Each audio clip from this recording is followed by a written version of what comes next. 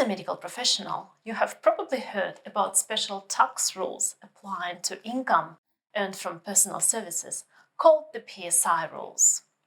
And you have probably realized that for doctors in private practice, passing one of the tests to get out of these rules is not too difficult. And you may think, okay, that's great. I can use a company or a trust structure to split my income to my family members or other entities to pay less tax. Unfortunately, it's not that simple. I'm Elena. I'm a specialist medical accountant, and one of the most common misconceptions I come across is that passing the PSI tests gives you a green light to income splitting. Even some accountants don't get it right. Let me show you how it works. Essentially, there are only two types of income. Income from property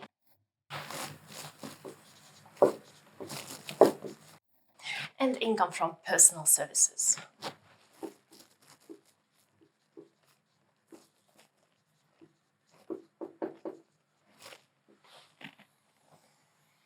Income from property may include income from sale of goods, income from real estate, shares, and other investments,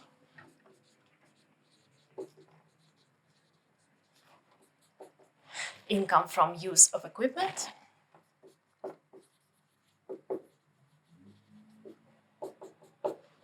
income from intellectual property rights like patents or licenses, and income from business structure.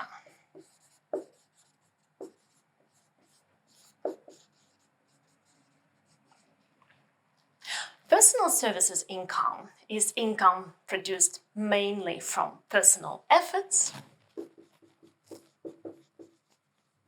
skills, or expertise. And when we say mainly, we mean more than 50% of the market value of the contract.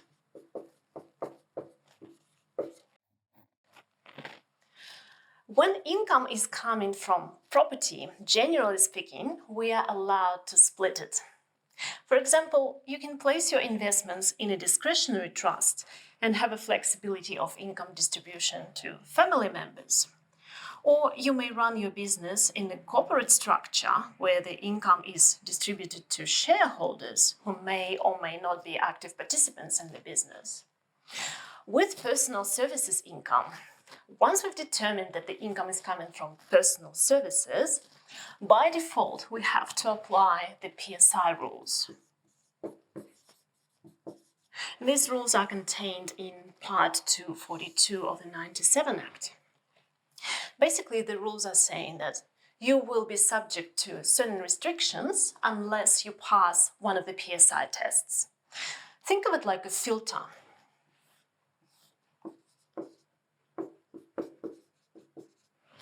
And to get through this filter, you need to either pass the result test or have less than 80% of your income coming from one source and pass one of the additional 3 tests. If you can't pass the tests, you may still be able to get the Commissioner's determination to get out of the PSI regime. If you fail the PSI tests, and if the Commissioner's determination is not available, you will be trapped in this PSI zone, and the restrictions of the PSI rules will apply to you. Essentially, it means that you will be placed in a sort of quasi-employment situation.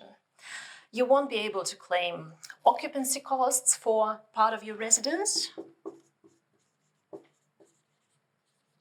You won't be able to claim wages paid to your spouse or relatives for doing support work.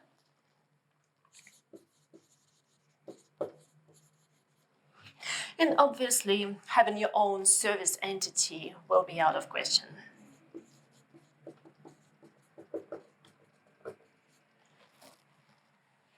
Common examples of medical practitioners who are likely to be caught under the PSI rules are sessional VMOs and locum doctors who are paid by the hour. It can't be said that they pass the result test if they are paid by the hour, And even if they pass the 80% test and have income coming from 2 or more hospitals or clinics, remember, the income has to be a direct result of making offers to the public. If you do pass the tests, you will be considered personal services business, or PSB.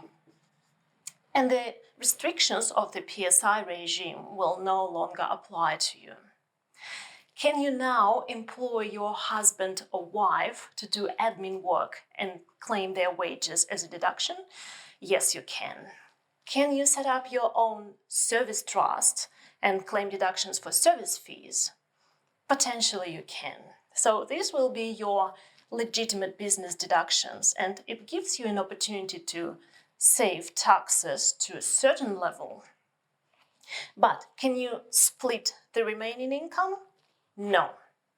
The fact that you pass the PSI tests does not change the character of your income. It is still an income coming from personal services. And even though the restrictions of the PSI rules will no longer apply to you, you will still be subject to certain restrictions of the general anti-avoidance provisions in Part 4A, which means no splitting allowed.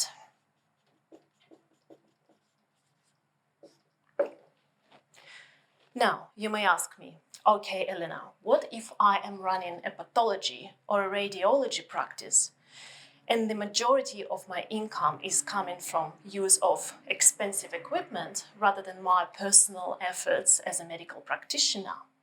In this case, yes, the income is not PSI, but you still need to make sure you pay yourself adequate remuneration at market value for the services you provide before you can split the rest of the income.